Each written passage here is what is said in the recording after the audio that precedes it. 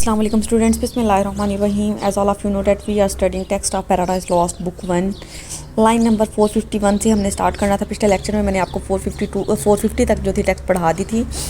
Rain purple to the seas post with blood of Thames surely wounded the love tale infected Swan's daughter with like hate। अब क्या है कि हम Thames के बारे में बात कर रहे थे, वहाँ के जो ब्लड शेड था उसकी बात हो रही थी कि थेम्स के जो लोग थे या वहाँ की जो दुशीज़ाएँ थी वो जो थी क्या करती थी कि उनका जो वहाँ का थेम्स का के रिवर को यानी ब्लड से सिम्बलाइज़ किया गया कि वहाँ उसका जो खून बहता था उसकी हीट से, ये लिखा हुआ ना इन्फेक्टेड सियोन्स डॉटर, यानी सियोन की जो दुशीज़ाएँ थी वो हीट हासिल करती थी, उससे जो थी कंफर्ट हासिल करती थी। Whose wanton patient in the sacred porch Ezekiel saw when by the vision led his eyes surveyed the dark idolatries of aligned Judah. Next came one who mourned in the earnest when the captive orc maimed his brute image, had hands left lopped off in his own temple on the Grunsel edge। अब देखिए इस इन lines की जो है आपको paraphrase पढ़ा देती हूँ। His faction also spoiled the women of Israel के, यानी इसकी जो हीट थी उसने इसराइल की जो औरतें थी उनको भी ज़ख्मी किया। And they too fated his worship with immoral rituals in the holy doorway of the temple के, वो भी जो थे ना वहाँ के मंदिरों में जाके यानी उसकी जो गैर अखलाकी जो इबादतें होती थी या मतलब वो उनसे जो गलत काम करवाता था वो किया करती थी। इज़ेकियल while prisoners in the Babylon saw in the Holocaust hallucination those religious rites and ceremonies performed and executed by the Israelites। फिर उसके बाद यानी बाइबेलियन के जो उसमें जो कैदी थे उनकी जो गैर मजहबी राइट्स या गैर मजहबी जो सरगर्मियाँ थी वो भी इसराइल के लोग थे वो जो परफॉर्म करते थे, gone for away from true God, और वो ये सारे राइट्स को परफॉर्म करते हुए ये सारे रस्म व रवाज निभाते हुए सच्चे खुदा से बहुत दूर चले गए थे। The next one that had good enough reason to mourn his fortune, और ये लोग जो थे अपने किस्मत पे जो थे अपनी किस्मत पे इनको यानी मॉर्निंग का मतलब होता है सैड होना या फिर वो वावेला करना। When the ark being positioned by the side by the Philistines by wild representation knocked by damage and his heads and hands being detached on the way door step of his holy place, कि इनकी जो थे ये सारे काम करने की वजह से इन्होंने अपने लक को जो था खुद ख़राब कर लिया था। इनको अपने खुदा से दूर जाने की जो थी वो सज़ा मिल रही थी और हर तरह से इनको जो था वो डिस्कशन का और बहुत ज़्यादा परेशानियों का या फिर पनिशमेंट का और प्रिजनमेंट का जो था सामना करना पड़ता था। His worshippers were really discourage, यही वजह थी कि उनके जो इबादत करने वाले थे उनको बहुत ज़्यादा डिस्करेज किया गया, बहुत ज़्यादा डिग्रेड किया गया। हिज नेम वॉज डैगन, उसका नाम जो था वो डैगन था। आगे देखिए dragon his name sea monster upward a man and downward fish, and he yet had his temple high reared in Azotus, dreaded through the coast of Palestine in Gath and Ascalon and Gaza's frontier bounds. His followed Rimmon, whose delightful seed was fair Damascus on the fertile banks of Abana and Parford lucid streams. He also against the house of God was bold। ठीक है, अब हमने बात कर ली थी dragon ताकि he was a huge sea monster, वो भी एक समंदर में रहने वाला बहुत बड़ा मॉन्स्टर, बहुत बड़ा देव था। अपर हाफ मैन मतलब तकरीबन उसका हाफ से ज़्यादा जो हिस्सा था वो इंसान के जैसा था, लोअर हाफ फिश, और नीचे वाला जो हिस्सा था आधा वो उसके जिस्म का वो मछली जैसा था। His temple was built in Azotus, अब उसका मंदिर कहाँ पे बनाया गया? एजोटस में।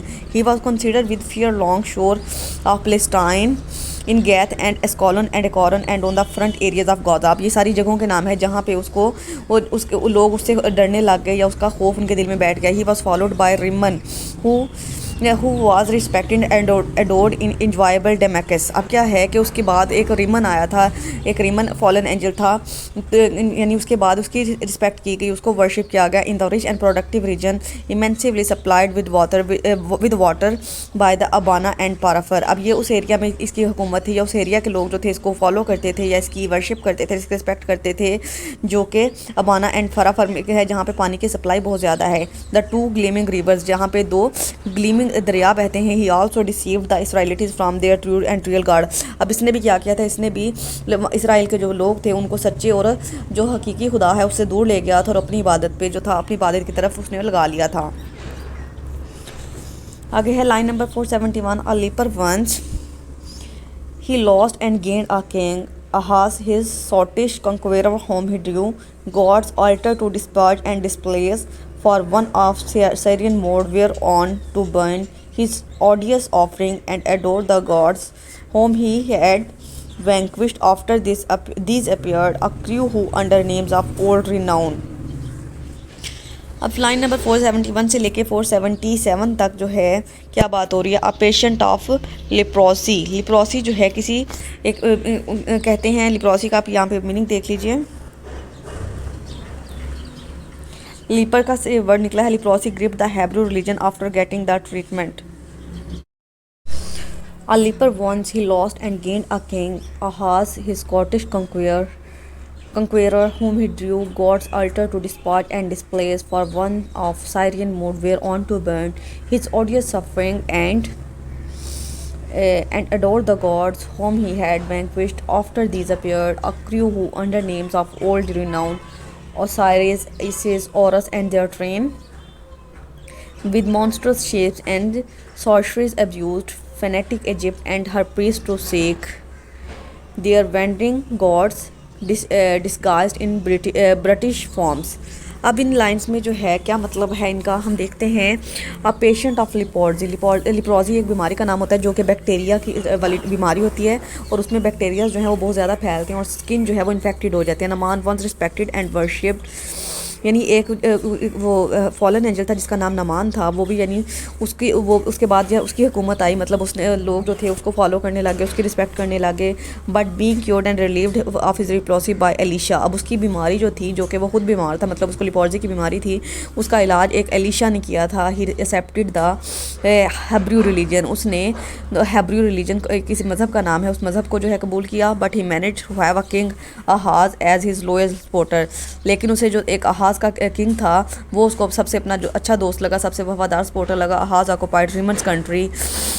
ही in fact force the king of Asia to take Damascus as well. अब उसने जो था रिमन कंट्री पे भी कब्ज़ा कर लिया और इसके साथ साथ उसने वहाँ के बादशाह के साथ मिलकर एशिया और डेमाकस पे भी कब्ज़ा करने की कोशिश की। He was so foolish that he set his image up in the holy temple. वो इतना बेवकूफ़ था कि उसने खुद को हॉली टेम्पल में अपने खुद को मनवाने की कोशिश की। देन thus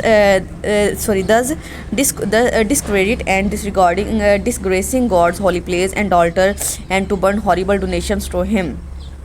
अब वो खुदा के रास्ते से जो था लोगों के माइंड जो था बदलना चाहता था, खुदा के जो था ख़िलाफ़ करना चाहता था, और उसने बहुत से हॉरिबल जो यानी कंडीशंस ऐसी क्रिएट की, और जो थे ना चीज़ों को, वहाँ के मंदिर को, मस्जिदों वगैरह को जलाना शुरू किया। And him the worship the gods home he had dominated.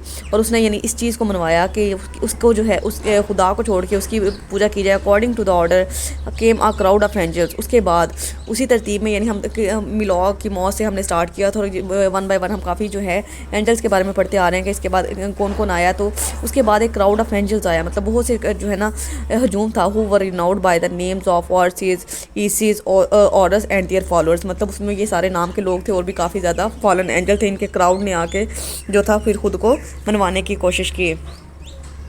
आगे देखिए।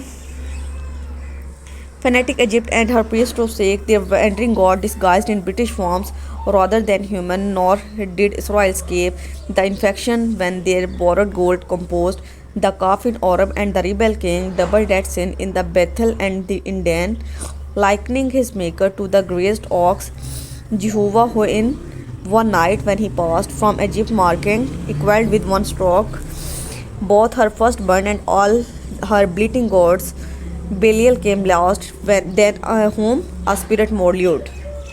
अब लाइन नंबर 490 तक की पैराफ्रेज देख लेते हैं। They were all worshipped in animals forms. अब उन सबको जो है जानवरों की तरह, जानवरों के फॉर्म में उनकी इबादत की गई। And guise and deceived and seduced a narrow minded Egyptian. और उन्होंने साजिशों के ज़रिए या धोखेदही के से इजिप्टियन मतलब मिस्र के नैरो माइंडेड लोगों को अपनी तरफ उकसाया। एंड देयर प्रीस्ट, और वहाँ के प्रीस्ट को जो फादर्स होते हैं, who required the gods and who were made to fly by the giants in the form of appearance of animals.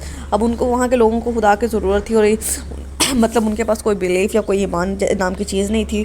तो उन्होंने जो था उनको किसी ना किसी चीज़ की किसी ऐसी चीज़ की ज़रूरत थी। तो जब ये लोग वहाँ पे थे ना, इन्होंने जानवरों की शक्ल लेके खुद को जो है ना जिन कंसीडर करवा के, जिन बनवा के उनकी फॉर्म में जानवरों की शक्ल में उड़ना शुरू कर दिया, not in the shape of man. और फिर कभी ये इंसानों की शक्ल में उनके सामने आते। Not did he the Israelites escape dishonesty and voice. अब इसराइली जो थे वो हमेशा से ही जो है ना इसका डिसऑनेस्टी का और यानी बुरे कामों का जो थे शिकार रहे थे। The gold which they had got in fact borrowed from Egypt. अब उन्होंने वो सोना जो कि मिस्र से उधार लिया था या हासिल किया था, it was shaped into a calf in Horeb. अब इसको जो है किसी हॉरब में इसकी जो थी शक्ल तब्दील कर दी गई and they started worshipping it. और लोगों ने इसकी इबादत शुरू कर दी। द प्रेक्रिस के किंग जेरोबोम। अब इसके बाद फिर एक और बादशाह आ गया जिसका नाम था Jeroboam. Committed the same sin, उसने भी यही गुनाह किया एंड क्राइम और जुर्म twice in the Bethel and in Dan. Bethel में भी और डैन में भी उसने भी यही जुर्म किया जो कि पिछले लोग करते आए थे। Setting up the picture of an ox for God. उसने क्या कहा कि यानी एक ऑक्स जो होता है ना, जो बैल होता है, जैसे हिंदू कहते हैं ना कि गाँव जो गाय है वो उनकी माता है, वो उसको खुदा मानते हैं, उसकी पूजा करते हैं। तो इसने भी कहा कि ऑक्स जो है ना वो गॉड के लिए, गॉड की तरह होती है। जुवा punished and penalized and the Israelites for their unfaithfulness and infidelity। जुवा के बारे में मैंने आपको पहले भी बताया था कि ज्यूज़ के जो गॉड्स होते हैं उनको कहा जाता है। और यानी इन्होंने जो थी बहुत ज़्यादा अनफेथफुलनेस, बेईमानी को और यानी लोगों के ईमान ख़राब करने में पूरा रोल प्ले किया था। When he sent a disease plague that killed a very first burn. फिर वहाँ पे एक यानी बीमारी फैली जिसका नाम प्लेग था, जिसमें यानी जो पैदाइशी जो बच्चे होते हैं ना बीमार होते हैं, both in the race of man and animals in Egypt. मतलब मिस्र में जो पैदा होने वाले बच्चे थे वो चाहे इंसानों के हों चाहे जानवरों के हों, वो किसी बीमारी का शिकार थे, किसी वबा का शिकार थे। According to the angelic order Belial came last. और आखिर में जो है उनके वो फॉलन एंजल्स में से बेलियल आया। A spirit more immoral and shameless और विकट। और ये भी जो स्पिरिट थी बहुत ज़्यादा ही बेशरम, बहुत ही घटिया, बहुत ही गैर अखलाकी और बहुत ही बुरा इसका रोल था। लाइन नंबर 490 तक की टेक्स्ट जो है मैंने आपको करवा दिया। इंशाल्लाह नेक्स्ट लेक्चर में 491 से स्टार्ट करते हैं। अल्लाह हाफिज़।